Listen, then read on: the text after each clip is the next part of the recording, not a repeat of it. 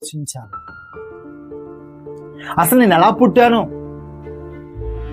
అందుకే మన పూర్వీకులు పాట పాడేవారు అంటారు. ఏం పాట అంటే చాలా చక్కటి పాట. ఒక అతను అన్నాడంట, ఎండలు కాసేది ఎందుకురా? ఒకరిని అడుగుతున్నాడంటండి, మబ్బులు పట్టేటందుకురా. మబ్బులు పట్టేది ఎందుకురా? వర్షం కురిసేటందుకురా. వర్షం కురిసేది ఎందుకురా? పంటలు పండేటందుకురా. పంటలు పండేది ఎందుకురా? కడుపులు నిండేటందుకురా. కడుపులు నిండేది ఎందుకురా? మనుషులు బ్రతికేటందుకురా. మనుషులు బ్రతికేది ఎందుకురా? ఆఖరిగా చచ్చేటందుకురా. మనుషులు చచ్చేది ఎందుకురా అంటే తర్వాత సైలెంట్ అయిపోయాడంట. అంటే మనిషి చనిపోయిన తర్వాత ఏముందరా ఇంకేం లేదన్నాడంట. లోకము మన పూర్వీకులు పాడుకున్న పాట, మన పూర్వీకులు చెప్పుకున్న ఒక శ్లోకం నిజమే. వారు చెప్పింది వారికి అంతే తెలుసు. కానీ నన్ను సృష్టించిన ఒక దేవుడు ఉన్నాడు. ఆ దేవుడే ఆ పరలోక రాజ్యాన్ని విడిచిపెట్టి తాను తగ్గించుకుని చనిపోతున్న ప్రతి మనిషిని కూడా బ్రతికించాలని, ఆ పరలోక రాజ్యంలో చేర్చుకోవాలని ఆయన లోకానికి దిగి వచ్చాడు. ఆయన విశ్వాసం ఉంచాలి. ఒక మాట చదువు నేను ముగిస్తాను చూడండి.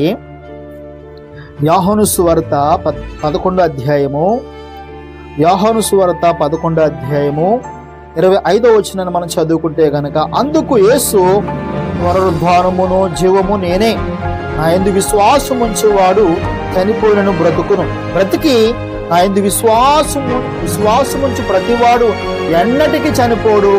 ఈ మాట నమ్ముచున్నావా అని ఆమెను అడిగింది.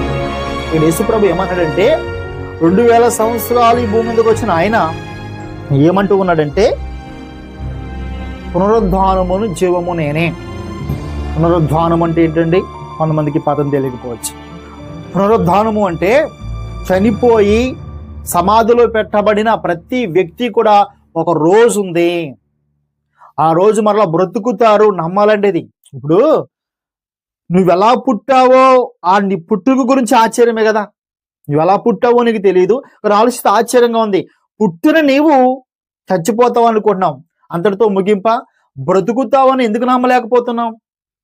ఉదాహరణకి మనము ఒడ్లు గింజలు వేస్తున్నాం, కొన్ని విత్తనాలు వేస్తున్నాం. వాటిని పరిశీలించండి. భూములు వేసినప్పుడు అవి చచ్చిపోయే మరలా బ్రతుకుతున్నాయి. కావాలితే ఎవరన్నా అడగండి. విత్తనాలు చచ్చిపోయిన తర్వాత మొక్క వస్తుంది. అది బాబు, మన ముందు పుట్టిన మొక్కలు, మన కాలు కింద ఉన్న మొక్కలు చచ్చిపోయి బ్రతుకుతుంటే ఎంత పెద్ద మనుషులు మనము, ఎంత జ్ఞానము.